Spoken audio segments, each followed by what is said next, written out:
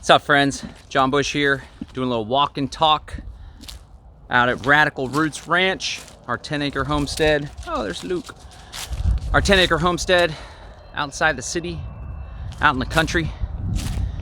And I want to talk to you today. It's something I riffed on in an audio message to the Live Free Academy channel, which there's a link. It's on Telegram, Live Free Academy. Still post stuff on Facebook and YouTube, but Live Free Academy really is where it's at.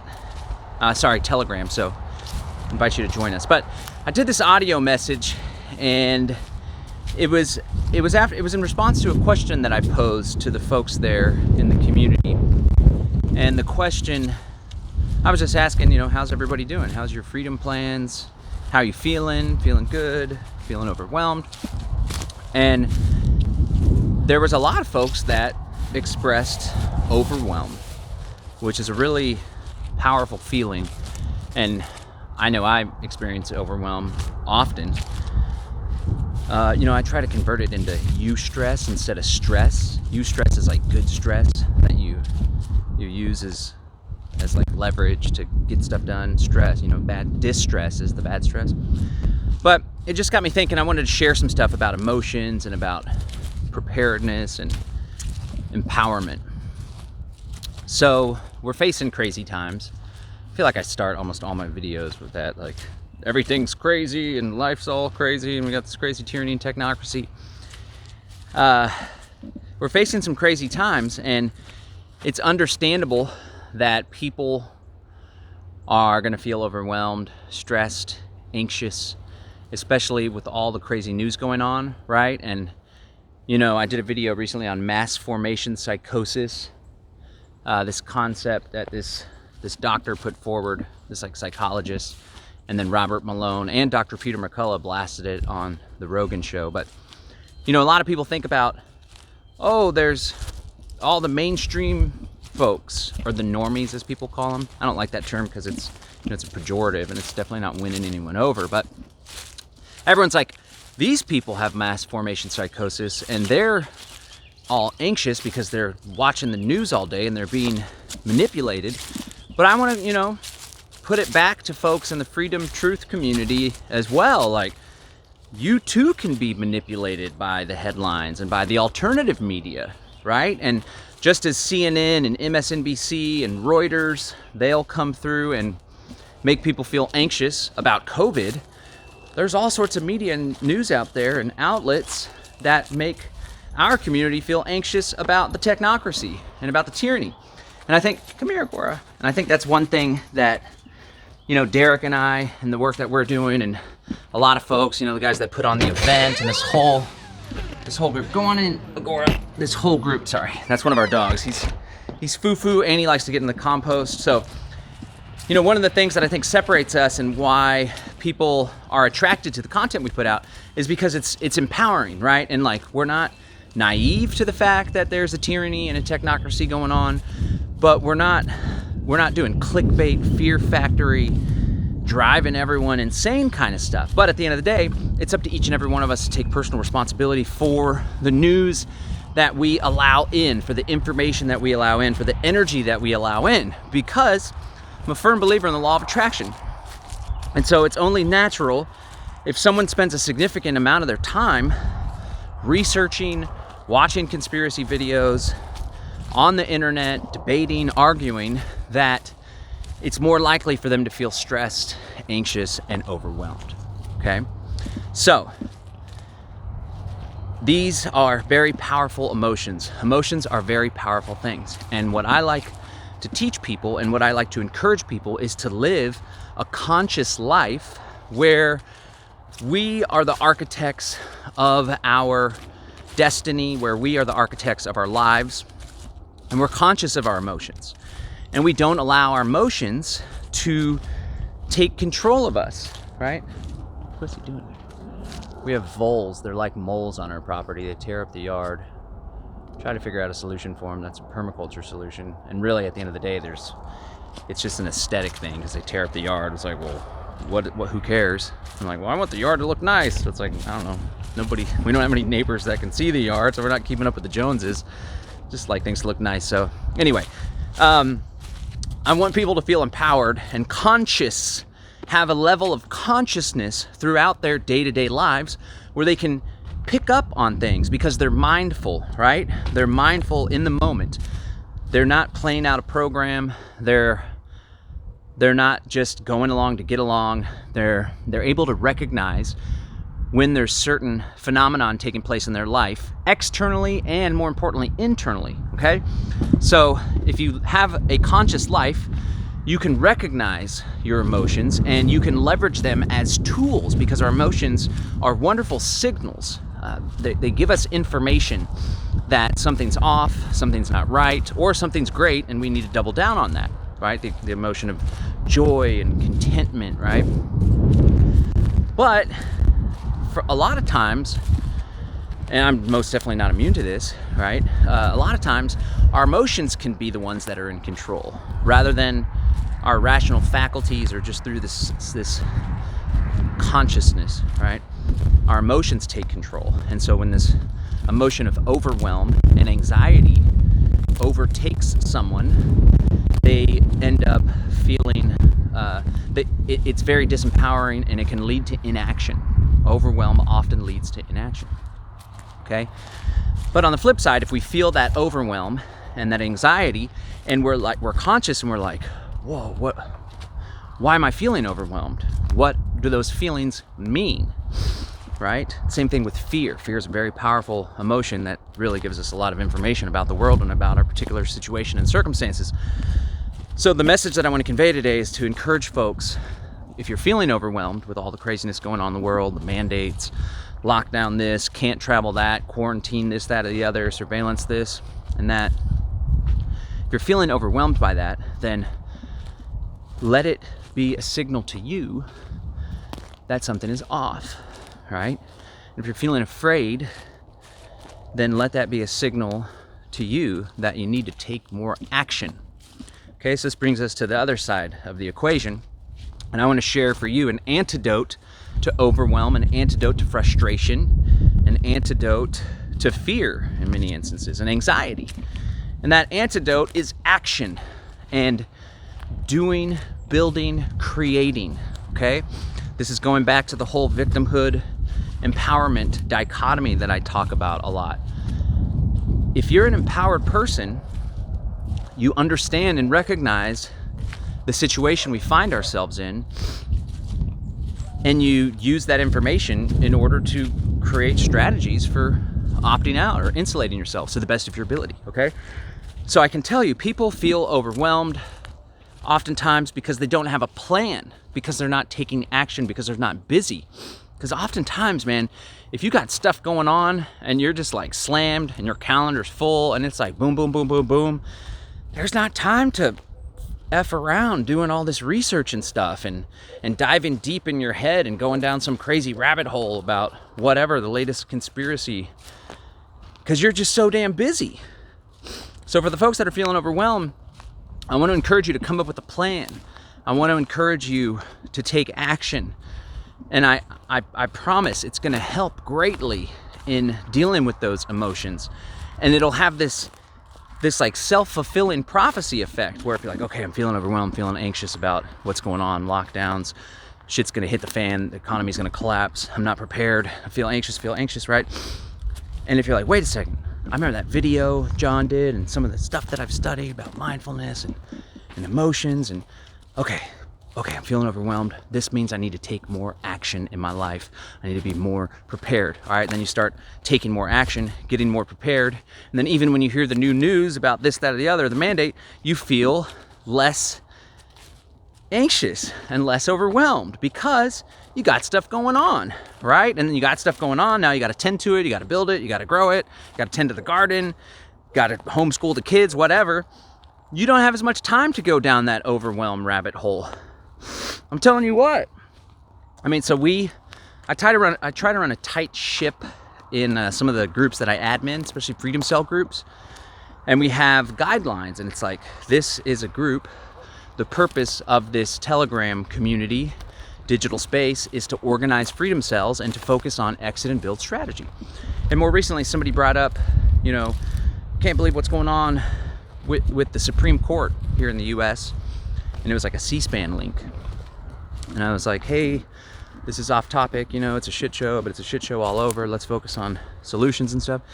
And to be honest, like, I didn't even know what the hell was going on in the Supreme Court with the mandates. It's the Biden mandates being examined and stuff. And it brings it back to focusing more on the solutions, because it's like, okay, we learned about that, the OSHA stuff, a while back. Then it becomes a question of, okay, wow, now this is even on the table, whether it moves forward, whether it's stopped in the courts. The very fact that this is something that's on the table, same thing with domestic air travel, the requirement for a vaccine in the US. It's already rolled out in Canada, other places. It's like we see this coming down the pike. Rose always like points out like, hey guys, hello, I've been saying this for years now. You know, at the very beginning of the COVID stuff, a lot of people were like, oh, we see where this is going. And they're not gonna let up. They're not just gonna be like, oh, well, the pandemic lightened up a little bit, so we better give back all this power and surveillance. So it's like, it's possible for a place of employment or a business, if you're a business owner that has over 100 people, that the government can come and meddle in everyone's medical life. Then you immediately like, what are we gonna do about it? Same thing with all this stuff, the vax passports, lockdown this, travel that. We know, even if it hasn't happened now, which it has in many places, we know that's coming down the pike. So what are we gonna do? We're gonna be overwhelmed, fearful, we're gonna get lost in that trail, that with the breadcrumbs that our enemies are laying out for us, right? Another thing I hit on too is the first habit in 7 Habits of Highly Effective People, be proactive. The alternative to being proactive is being reactive, right? So if we're constantly focused on this and Supreme Court and what's Biden gonna do, and can you believe what they're planning and what just rolled out, then our destiny is being led by their plans. But on the flip side, the proactivity of it all is, what can we do to take charge and to lead our destiny? So it's like, okay, this is all a possibility now, that your condition of employment can be this vaccine. As soon as that catches wind, it's got to be like, what are we going to do about it? Got to shift away, got to move to entrepreneurship. If I have a company with over 100 people, got to figure out how I can set up multiple different businesses within my business empire, right? And that's just the mindset that we ought to have. Hey, Luke's over here, buddy. He's fine. That's the mindset. There's my son. He likes to garden and stuff. I need to get him out in the old garden some more. We just have like 3 garden beds. That's another thing. Got to plan for that, and it just takes a lot of work. A lot of this stuff takes a lot of work. Okay, but back to the main idea. Folks are feeling overwhelmed. Folks are feeling anxious. I said, folks. Oh, don't you know? Like I'm from Minnesota. People are feeling overwhelmed and stressed, and the best antidote to that is action, plans. Come up with a plan. I know for me, like I use Trello for to-do lists and stuff within my business and life, and I try to have the day of the week and I lay out stuff that I do. But sure enough, every single day, because there's just so much stuff that I put in this list, I need to be more focused on the non-urgent important stuff. Again, that's from the 7 Habits of Highly Effective People, putting first things first. But I just have this endless list of to-dos, and then the next day comes up and there's a bunch of to-dos, and then I go on to Wednesday and there's still stuff on Monday and Tuesday, right? And I start to feel overwhelmed. There's all sorts of stuff, whoa. And an antidote to that, just as an antidote to freedom and preparedness, is having a plan and a strategy, right? The Live Free Academy empowerment philosophy got 4 parts. We got the mindset, which I touched on, emotions, being conscious, mindful. Let your emotions be signals. Don't be victims to your emotions. Don't let them take the reins of your horse there. What's that? It's a Plato analogy where there's like horse and then the person on the reins and the chariot. And it's like I don't know which ones there are, but the person is supposed to be the reason, and the horse, I think, are the emotions, and the emotions sometimes take control, but you got to be the one in control of those emotions so the chariot can progress and stay balanced. But the idea is to have a plan, have a strategy, and just as it helps with business, it helps with freedom too. And so, yes, we can't do all this overnight. There's a ton of stuff. We bought this 10-acre property, and we're like, And I laid out this giant plot to lay the garden down, and I bought these big tarps, and we did the process of desolarization where you cover it with these tarps, and the grass dies because it's not getting sun. And I laid out this huge giant rectangular area and was like, yeah, I even did a couple videos when I'm doing my walk and talk. I'm like, yeah, it's gonna be our garden. And then like reality kicks in, and we only do these 3 garden beds. I got help from the Freedom Cell Network. It would have taken me forever. Who knows if I would have had the time to do it. Oh, I do have the time to do it. I just don't make it a priority. But then we discovered that the freaking septic drain field goes into that space.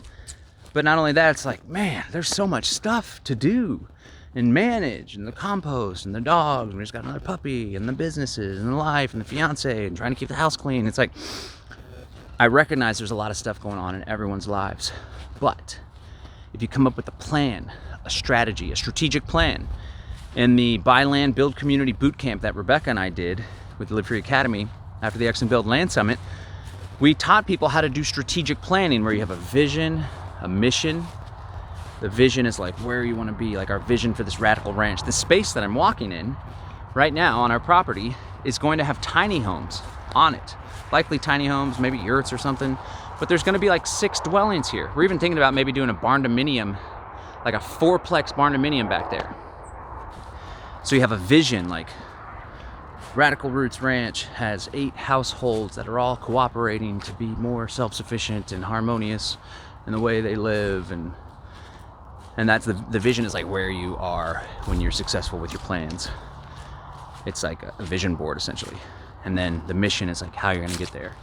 By working together and bringing like-minded people into our community, we will educate ourselves, we will, join up to make our strength greater.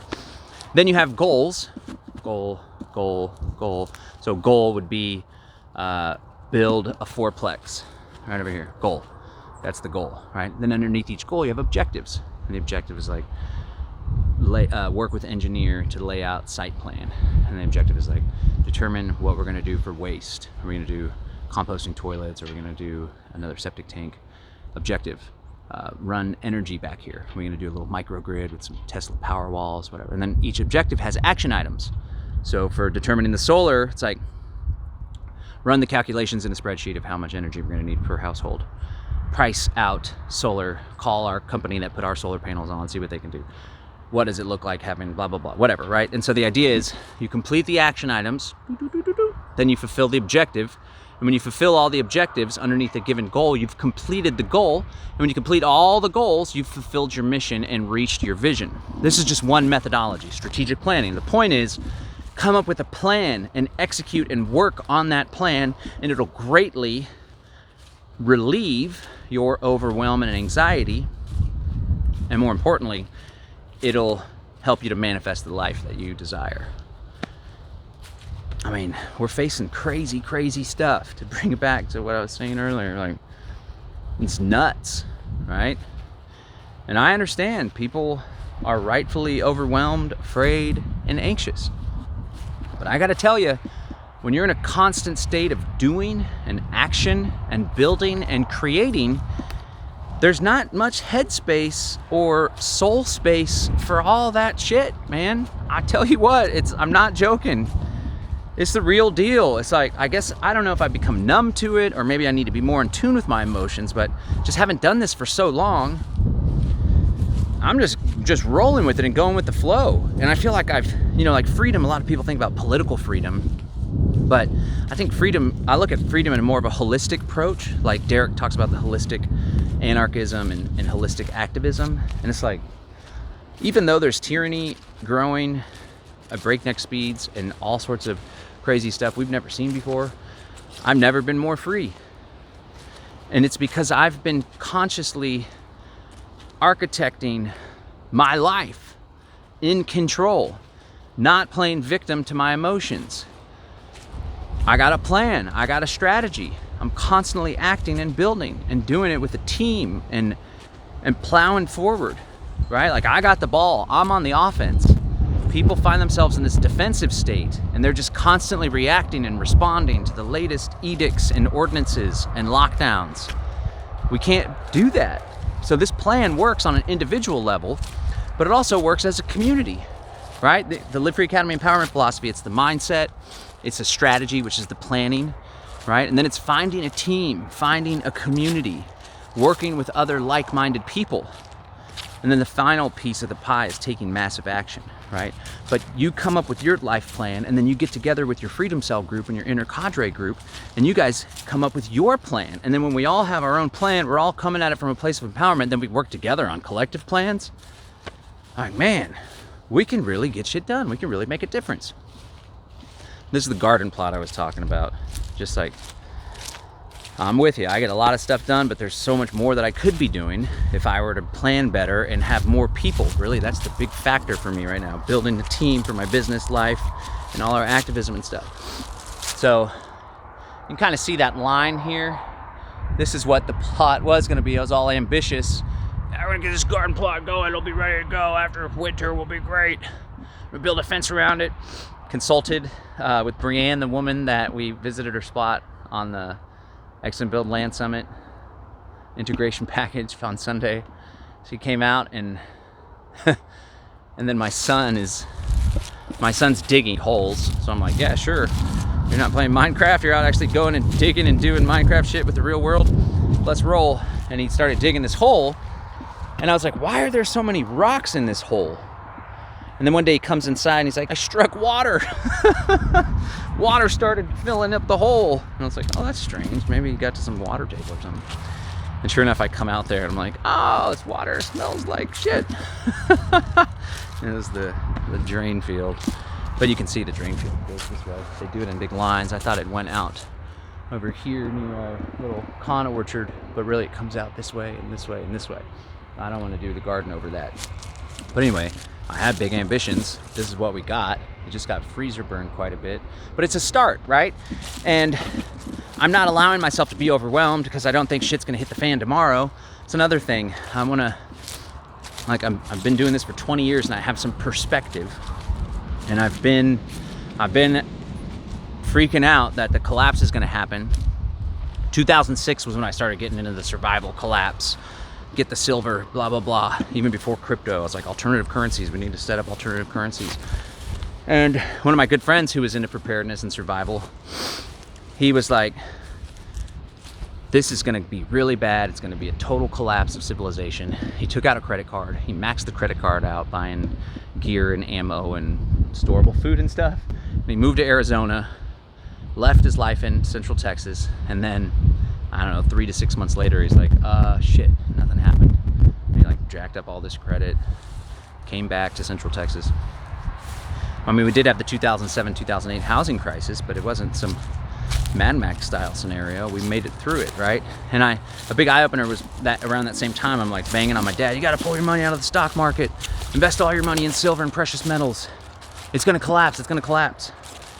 And something that stuck with me, he's like, John, I can go out to the garage and get a book called How to Profit from the Upcoming Collapse that was written in 1978. And I was like, oh yeah, it made me realize like, the name of the game is Fabian socialism, gradualism, frog in the boiling pot. It's not gonna be an overnight flip of the switch, collapse, banking systems upended, usher in UBI, whatever. It's this slow, gradual process where the Fabian aspect of it, and also like Aldous Huxley, Brave New World, it's like they want to create an environment where people beg for the tyranny, they beg for the technocracy. And we see that taking place with all the COVID stuff. People are just going along with it because they're scared out of their minds. But the point I'm trying to make here is the price of liberty is eternal vigilance. And I know I don't want to discourage speed of action, right? But I also just want to let people know, like, don't make any hasty decisions. It's okay. This is going to be this is an intergenerational struggle. My children will inherit this struggle. Their children will inherit this struggle. We have to adopt the long view. We can't freak out. We can't get all overwhelmed and scared, do something silly, do something crazy. We ought not let this crazy stuff affect the quality of our life. And who was it? Somebody, I don't know if I was watching a video or somebody was giving a speech. Maybe it was Bros. It was Bros in Houston at one of his activation stops. And he told this story like, even in Nazi Germany, or it was either Russia, like there's a gulag or Nazi concentration camp, and their families, they know that on the edge of town, there's a gulag where political prisoners are taken and tortured, and that's the reality they find themselves in, but they still found the time to celebrate a birthday and enjoy life. So let me part with this message. I'll sum it all up.